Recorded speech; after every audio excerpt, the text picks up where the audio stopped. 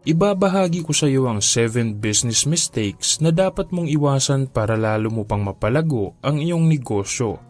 Number 1. Ang hindi pagkakaroon ng business plan. Ayon sa sinabi ng sikat na author na si Dale Carnegie, "An hour of planning can save you 10 hours of doing." Ang paggawa ng business plan ay ang unang bagay na dapat mong gawin bago ka magsimula ng iyong negosyo. Kahit mga established companies at startups ay merong business plan dahil dito nakapaloob ang iyong mga plano kung paano mo maa-achieve ang iyong target. Karamihan sa mga negosyo na nag-fail, yun ay dahil ang business owner ay nagsisimula na walang business plan.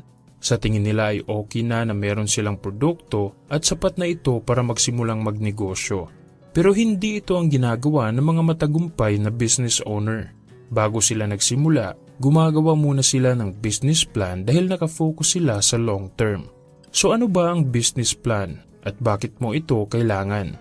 Ang business plan ay isang document na kung saan ay nakasulat ang goal ng iyong negosyo at ang detalyadong plano at strategies na kailangan mong gawin para maabot ang iyong goal.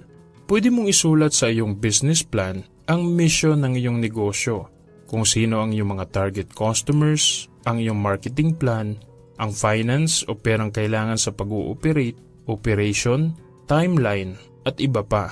Kung gagawa ka ng iyong business plan, hindi mo kailangan sundin ang template ng ibang kumpanya at isulat lahat ng business plan elements. Kahit isang page na business plan ay pwede na. Isulat mo lang kung ano ang kailangan at mahalaga sa iyong negosyo.